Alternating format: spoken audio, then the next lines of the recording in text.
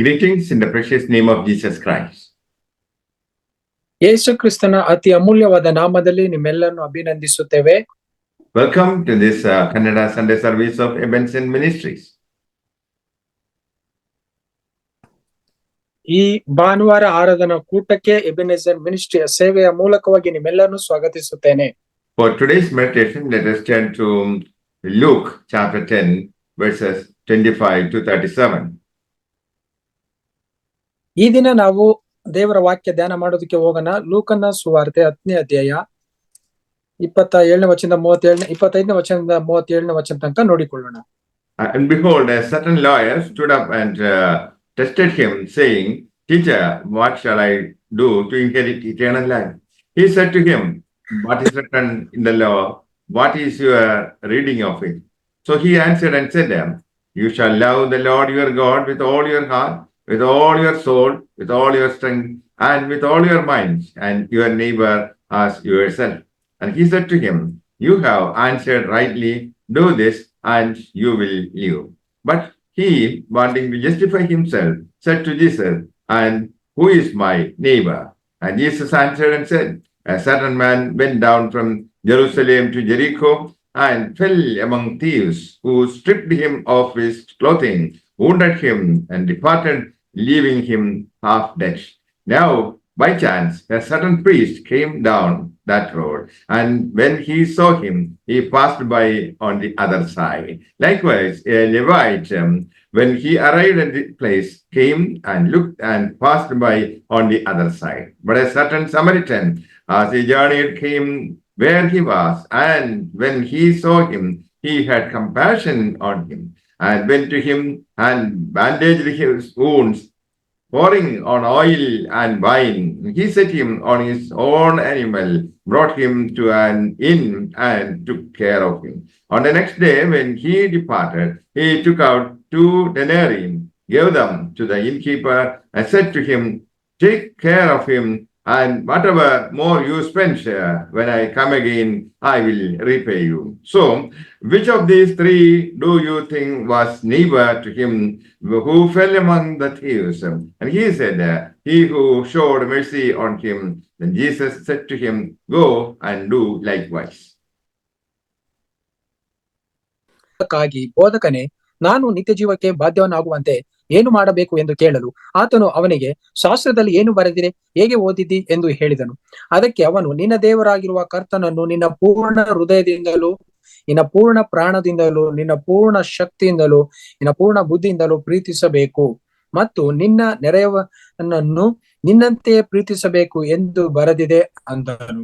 ಆತನು ಅವನಿಗೆ, ನೀನು ಸರಿಯಾಗಿ ಉತ್ತರ ಕೊಟ್ಟಿ, ಇದರಂತೆ ಮಾಡಿದರೆ ಜೀವಿಸುವಿ ಎಂದು ಹೇಳಿದನು. ಆದರೆ ಅವನು ತನ್ನನ್ನು ನೀತಿವಂತನೆಂದು ತೋರಿಸಿಕೊಳ್ಳುವುದಕ್ಕೆ ಅಪೇಕ್ಷಿಸಿ, ನನ್ನ ನೆರೆಯವನು ಯಾರು ಎಂದು ಯೇಸುವನ್ನು ಕೇಳಲು, ಯೇಸು ಅವನಿಗೆ ಪ್ರತ್ಯುತ್ತರವಾಗಿ ಹೇಳಿದ್ದೇನೆಂದರೆ, ಒಬ್ಬನೊಬ್ಬ ಮನುಷ್ಯನು ಯೆರೂಸಲೇಮಿನಿಂದ ಗಟ್ಟ ಇಳಿದು ಯೆರಿಕೋವಿಗೆ ಹೋಗುತ್ತಿರುವಾಗ ಕಳ್ಳರ ಕೈಗೆ ಸಿಕ್ಕಿದನು. ಅವರು ಅವನನ್ನು ಸುಲಿಗೆ ಮಾಡಿಕೊಂಡು ಗಾಯವಾಗುವಷ್ಟು ಹೊಡೆದು ಅವನನ್ನು ಅರೆಜೀವ ಮಾಡಿ ಬಿಟ್ಟು ಹೋದರು. ಆಗ ಈಗೋ ಒಬ್ಬ ಯಾಜಕನು ಆ ದಾರಿಯಲ್ಲಿ ಇಳಿದು ಬರುತ್ತಾ ಅವನನ್ನು ಕಂಡು ವಾರೆಯಾಗಿ ಹೋದನು. ಅದೇ ರೀತಿಯಲ್ಲಿ ಒಬ್ಬ ಲೇವಿಯು ಆ ಸ್ಥಳಕ್ಕೆ ಬಂದು ಅವನನ್ನು ಕಂಡು ವಾರೆಯಾಗಿ ಹೋದನು. ಆದರೆ ಒಬ್ಬ ಸಮಾರ್ಯದವನು ಪ್ರಯಾಣ ಮಾಡುತ್ತಾ ಅವನಿದ್ದಲಿಗೆ ಬಂದು ಅವನನ್ನು ಕಂಡು ಕನಿಕರಿಸಿ ಅವನ ಹತ್ತಿರಕ್ಕೆ ಹೋಗಿ ಅವನ ಗಾಯಗಳಲ್ಲಿ ಎಣ್ಣೆಯನ್ನು ದ್ರಾಕ್ಷಾರಸವನ್ನು ಉಯ್ದು ಕಟ್ಟಿ ತನ್ನ ಸ್ವಂತ ವಾಹನದ ಮೇಲೆ ಹತ್ತಿಸಿಕೊಂಡು ಛತ್ರಕ್ಕೆ ಕರಕೊಂಡು ಹೋಗಿ ಅವನನ್ನು ಆರೈಕೆ ಮಾಡಿದನು. ಮರುದಿನ ಅವನು 2 ಹಣಗಳನ್ನು ತೆಗೆದು ಛತ್ರದವನಿಗೆ ಕೊಟ್ಟು, ಇವನನ್ನು ಆರೈಕೆ ಮಾಡು, ಇದಕ್ಕಿಂತ ಹೆಚ್ಚಾಗಿ ಏನಾದರೂ ವೆಚ್ಚ ಮಾಡಿದರೆ ನಾನು ಹಿಂತಿರುಗಿ ಬಂದಾಗ ನಿನಗೆ ಕೊಡುವೆನು ಅಂದನು. ಈ ಮೂವರಲ್ಲಿ ಯಾವನು ಕಳ್ಳರ ಕೈಗೆ ಸಿಕ್ಕಿದವನಿಗೆ ನೆರೆಯಾದವನೆಂದು ಕೇಳಿದ್ದಕ್ಕೆ ಆ ಧರ್ಮೋಪದೇಶಕನು ಯೇಸು ಅವನಿಗೆ, ಹೋಗು, ನೀನು ಅದರಂತೆ ಮಾಡು. This law asked Jesus what he needed to do to inherit eternal life. ನಿತ್ಯ ಜೀವ ಪಡಿಬೇಕು ಅಂತಂದ್ರೆ ನಾನು ಏನು ಮಾಡ್ಬೇಕು ಅಂತ ಮೋಸೆಯ ಧರ್ಮಶಾಸ್ತ್ರವನ್ನು ಅಧ್ಯಯನ ಮಾಡಿದಂತ ಧರ್ಮಶಾಸ್ತ್ರಜ್ಞನು ಬಂದು ಕೇಳಿದ. Jesus replied, What does Moses' law say about it?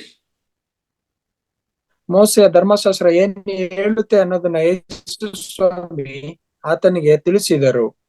Then he replied that you must love your God with all your heart, with all your soul, with all your strength, and with all your mind.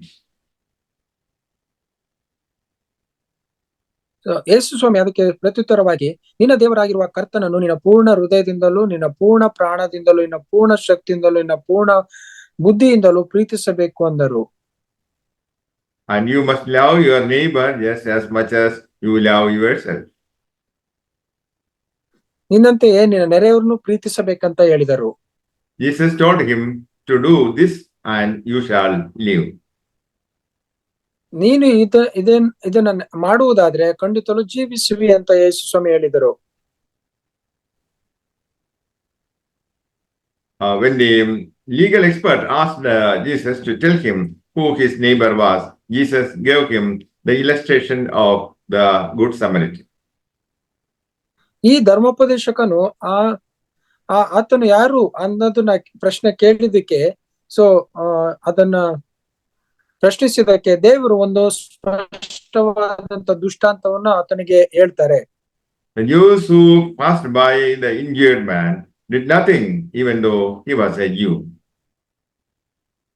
ಒಬ್ಬ ಮನುಷ್ಯನು ಯೆರೂಸಲೇಮಿನಿಂದ ಯೆರಿಕೋಕ್ಕೆ ಪ್ರಯಾಣ ಬೆಳೆಸ್ತಾ ಇದ್ದ. The Samaritan had cared for him. ಸಮರಿದವನು ಬಂದು ಆತನ ಬಗ್ಗೆ ಕಾಳಜಿ ವಹಿಸಿದ, ಆರೈಕೆ ಮಾಡಿದ.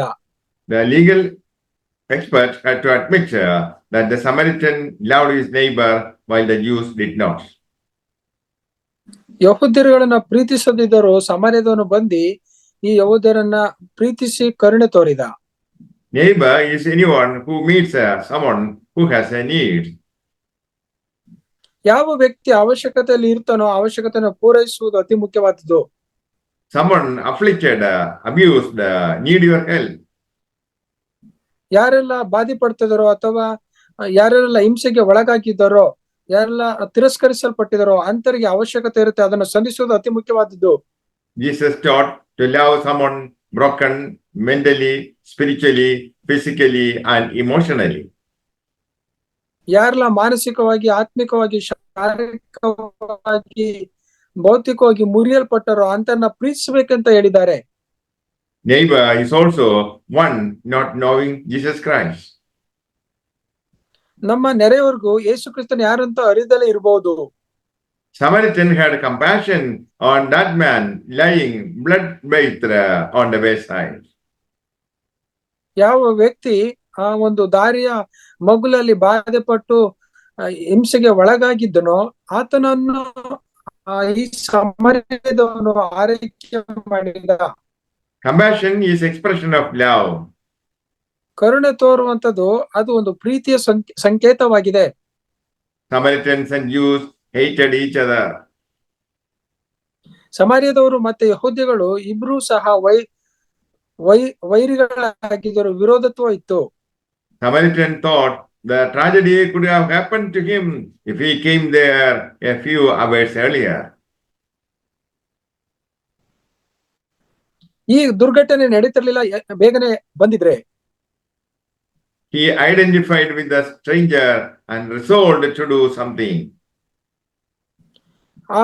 ಒಂದು ಈ ಪರಿಸ್ಥಿತಿಗೆ ಒಳಪಟ್ಟ ಬಾಧಿಪಟ್ಟ ವ್ಯಕ್ತಿಯನ್ನು ನೋಡಿ ಆತನಿಗೆ ಏನಾದ್ರೂ ಮಾಡ್ಬೇಕು ಅಂತ ಈ ಸಮರ್ಯದವನಿಗೆ ಪ್ರೇರೇಪಣೆ ಆಯ್ತು. Jesus also shared gospel to the Samaritan woman. ನಾವು ನೋಡ್ತೀವಿ ಯೇಸು ಸ್ವಾಮಿನೂ ಸಹ ಸಮರ್ಯದವರಿಗೆ ಸುವಾರ್ತೆಯನ್ನು, ಸಮರ್ಯದ ಸ್ತ್ರೀಗೆ ಸುವಾರ್ತೆ ಸಾರಿದ್ದನ. He understood Jesus as the only source of eternal life. ಯೇಸು ಕ್ರಿಸ್ತನೊಬ್ಬನೇ ಸಂಪನ್ಮೂಲದಾಯಕನಾಗಿದ್ದಾನೆ ನಿತ್ಯ ಜೀವ ಕೊಡುವುದಕ್ಕೆ. Jesus came to save the lost, no matter what religion, race, nationality, language, or color. ಯೇಸು ಕ್ರಿಸ್ತನು ಎಲ್ಲಾ ಜಾತಿ ಜನರನ್ನು ರಕ್ಷಿಸುವುದಕ್ಕಾಗಿ ಬಂದಿದ್ದಾನೆ. ಅದು ಯಾವ ಬಣ್ಣದಲ್ಲಿರ್ಬೋದು, ಯಾವ ಜಾತಿಯಲ್ಲಿರ್ಬೋದು, ಯಾವ ಧರ್ಮದಲ್ಲಿರ್ಬೋದು, ಅವರೆಲ್ಲರನ್ನು ರಕ್ಷಿಸಬೇಕು ಅನ್ನೋದೇ ಯೇಸು ಸ್ವಾಮಿ ಆಸೆಯಾಗಿದೆ. While rescuing the bleeding man on the wayside, what we find is love in action. ರಕ್ತ ಸುರಿಸಿ ಬಾಧೆ ಪಡ್ತಿದ್ದಂತ ವ್ಯಕ್ತಿಯನ್ನು ರಕ್ಷಿಸುವುದನ್ನ ಈ ಸಮರ್ಯದನ್ನು ಮಾಡಿದಂತೆ ಯೇಸು ಸ್ವಾಮಿ ಅದೇ ರೀತಿ ಈ ಪರಿಸ್ಥಿತಿಯಲ್ಲಿ ಹಾದು ಹೋಗಿರುವಂತವ್ರನ್ನ ರಕ್ಷಿಸಬೇಕು ಅನ್ನೋದೇ ಆತನ ಬಯಕೆ ಆಗಿದೆ. 1 John chapter 3 verse 18. ಮೊದಲನೇ ಯೋಹಾನ 3ನೇ ಅಧ್ಯಾಯ 18ನೇ ವಚನವನ್ನು ನೋಡಿಕೊಳ್ಳೋಣ. My little children, let us not love in word or in tongue, but in deed and in truth. ಪ್ರಿಯರಾದ ಮಕ್ಕಳೇ, ನಾವು ಬರೀ ಮಾತಿನಿಂದಾಗಲಿ ಬಾಯಿ ಉಪಚಾರದಿಂದಾಗಲಿ ಪ್ರೀತಿಸುವವರಾಗಿರಬಾರದು. ನಿಮ್ಮ ಪ್ರೀತಿಯು ಕೃತ್ಯದಲ್ಲಿಯೂ ಸತ್ಯದಲ್ಲಿಯೂ ತೋರಬೇಕು. Neighbor is one who showed mercy to the needy. ನಮ್ಮ ನೆರೆಯವರವರು ಯಾರು ಅಂತಂದ್ರೆ ನಮ್ಮ ಗುರಿತಾಗಿ ದಯ ತೋರುವವನು, ಕರುಣೆ ತೋರುವವನಾಗಿರ್ತಾನೆ. Jesus said, "Come to me, all you labor and heavy laden." ಯೇಸು ಸ್ವಾಮಿನೇ ಸಹ ಕರೆದಿದ್ದಾರೆ, ಯಾರೆಲ್ಲ ಭಾರ ಹೊತ್ತವರೇ ಓರೆ ಹೊತ್ತವರೇ ನನ್ನ ಬಳಿಗೆ ಬನ್ನಿರಿ ಎಂದು. Jesus promised to give them rest. ಯೇಸು ಸ್ವಾಮಿ ಅವರೆಲ್ಲರಿಗೂ ವಾಗ್ದಾನ ಮಾಡಿದ್ದಾರೆ, ನಾನ್ ನಿಮಗೆ ವಿಶ್ರಾಂತಿಯನ್ನು ಕೊಡ್ತೀನಿ ಅಂತ. Jesus said, "I will give living water flowing from the cross." ಆ ನಿತ್ಯ ಜೀವ ಕೊಡುವಂತಹ ಆ ವರತೆಯನ್ನು ನಾನು ನಿಮ್ಮಲ್ಲಿ ಉಕ್ಕಿಸುತ್ತೇನೆ ಅಂತ ವಾಗ್ದಾನ ಮಾಡಿದ್ದಾನೆ. Trust Jesus Christ to receive salvation, forgiveness, and eternal life. ಯೇಸು ಕ್ರಿಸ್ತನ ಅಂಗೀಕರಿಸಿಕೊಳ್ಳಿ, ನಿಮಗೆ ಕ್ಷಮಾಪಣೆ ಇರುತ್ತದೆ, ನಿಮ್ಮ ಪಾಪಗಳಿಗೆ ಪರಿಹಾರ ಇರುತ್ತೆ. May the Lord bless you all with these words. Amen. ದೇವರು ಈ ವಾಕ್ಯವನ್ನು ಆಶೀರ್ವದಿಸಲಿ. ಆಮೇನ್.